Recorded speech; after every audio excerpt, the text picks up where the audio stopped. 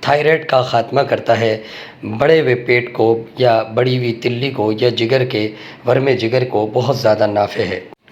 نحمدہ ونصلی ونسلم علی رسولہ الکریم، اما بعد فاعوذ باللہ من الشیطان الرجیم، بسم اللہ الرحمن الرحیم۔ ہربلز کی جانب سے ڈاکٹر فہیم ہربلی صاحب کو پروگرام میں خوش آمدید کہتے ہیں۔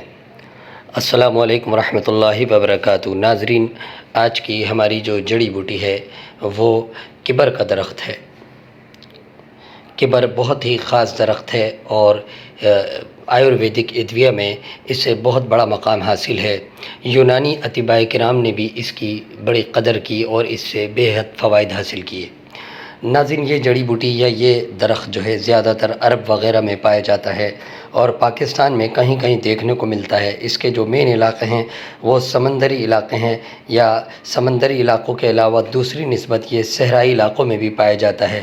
تھائرائڈ کا خاتمہ کرتا ہے، بڑے ہوئے پیٹ کو یا بڑی ہوئی تلی کو یا جگر کے ورم جگر کو بہت زیادہ نافع ہے۔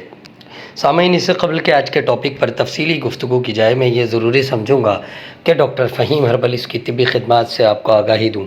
آپ سوراب گوٹ JDC آفس کے سامنے ہربلز کلینک کرتے ہیں، دبئی، کویت، جدہ میں بھی کلینک کرتے ہیں۔ اس کے علاوہ آپ مارننگ شو کرتے ہیں K21 اور GTV پر۔ آرٹیفیشل انٹیلیجنس کے ذریعے ساری دنیا میں ادویات کی ترسیل کی جاتی ہے۔ یہ تھا مختصر تعارف ڈاکٹر فہیم ہربلز کا۔ مزید رہنمائی کے لیے نیچے دیے گئے نمبر پر رابطہ کر سکتے ہیں۔ تو آئیے بات کرتے ہیں کبر کے درخت کی۔ کبر کا چھوٹا درخت ہوتا ہے، زیادہ طویل نہیں ہوتا ہے۔ اس کو بالکل یعنی کہ ہرین کی طرح پتے لگتے ہیں اور اس میں پھل ہوتے ہیں جو کہ بالکل سرخ سیاہی مائل ہوتے ہیں، جو ذائقے میں چاشنی دار ہوتے ہیں، ذائقے میں بڑے میٹھے ہوتے ہیں اور فوائد کے لحاظ سے بھی بے بہا اثرات رکھتے ہیں۔ ناظرین، اس کے پھل کو کھانے سے بڑی ہوئی تلی ٹھیک ہو جاتی ہے، معدے کا السر نیست و نابود ہو جاتا ہے۔ معدے اور آنتوں کا السر یا بعد میں بگڑ کر اس کی حالت اگر کینسر تک کیوں نہ تبدیل ہو گئی ہو، سرطان اعظم کیوں نہ بن گیا ہو، اس کے پھل کا استعمال اسے ٹھیک کر دیتا ہے۔